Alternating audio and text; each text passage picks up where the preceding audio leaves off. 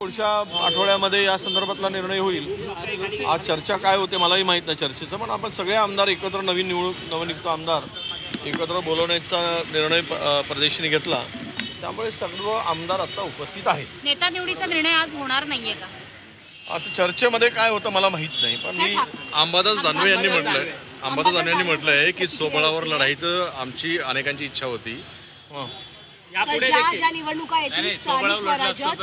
नाही, आता महाराष्ट्रातील एकूण राजकीय परिस्थिती, आता निर्माण झालेली परिस्थिती, जे आलेले निकाल, या सगळ्यांचं विश्लेषण आता आम्ही करू, याचा आम्ही मंथनही करू आणि यानंतर आम्ही खरं तर आघाडीमध्ये नुकसान झाला, फायदा झाला, ही पण त्यांची इच्छा आहे, तशी आमची पण इच्छा होती। त्यामुळं हा इच्छेवरचा विषय नाही। आम्ही आघाडी म्हणून लढलो आणि आघाडी म्हणून लढल्यानंतर निकालानंतर त्यांनी काय करायचं आहे तो त्यांचा निर्णय आहे। त्यांची काय भूमिका आहे ते मांडले, आमची काय भूमिका आहे आमचे प्रदेशाध्यक्ष मांडतील, आम्ही पण मांडू, पण त्याला थोडासा एवढा घाईने आम्ही काय आमची भूमिका जाहीर करणार नाही। वरिष्ठ पातळीवर आमच्या हायकमांडशी चर्चा करू।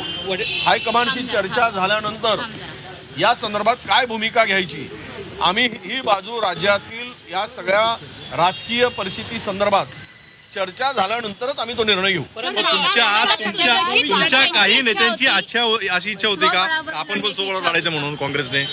नाही, आमच्या बघा अनेकांची पक्षामध्ये अनेक मतं असतात, त्यामधले काही लोकांचं मत होतं की आपण स्वतंत्र लढावं त्यावेळेचं, पण असं नाही की ते पार्टीचं मत असलं पाहिजे, तर वैयक्तिक मत अनेकांचे अनेक मत असतात, त्यामुळे ते वैयक्तिक मत आहेत असं मी मानतो।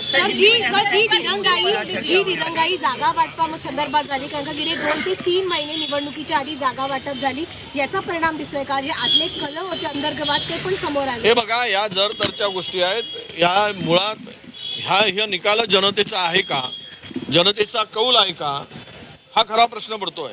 अजूनही महाराष्ट्रातील जनता आपलं स्पष्टपणे म्हणजे मी तर हे म्हणेल की ते ओरडून सांगत आहे की आम्ही दिलेला कौल नाही।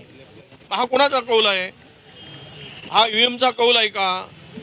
हा एकमेकाच्या गळ्यात महायुतीनं हार घालण्यापेक्षा ईव्हीएमच्या गळ्यात हार घालून आपला आनंद मनवावा अशी चर्चा ईव्हीएम पुन्हा सांगतो, हे सगळी जी चर्चा आहे त्यावर जनतेची जी भूमिका आहे ती अजूनही जनतेला हे झालेला महायुतीचा विजय पचनी पडत नाही आहे। त्यामुळं त्यांची भूमिका किंवा त्यांचं मत लक्षात घेतल्यानंतर एवढा मोठा विजय कसा मिळू शकतो? 2014 मध्ये मोदींची लाट होती, त्यावेळेस आम्ही 42 जागा जिंकल्या। 19 मध्ये पुलवामा सारखा होता आणि संपूर्ण देशभर बीजेपी होती, आम्हाला म्हणत होते की 10 जागा पण येणार नाही, त्यावेळेस आम्ही 44 जागा जिंकल्या।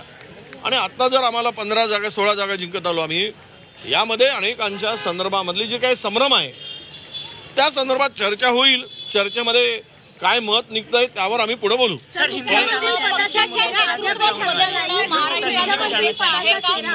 नाही, तुम्ही विचारताय नेतृत्वात बदलाचा संदर्भातला जो काही निर्णय आहे तो हायकमांडच्या संदर्भात आहे, ते मला विचारून काही उपयोग नाही। मुख्यमंत्री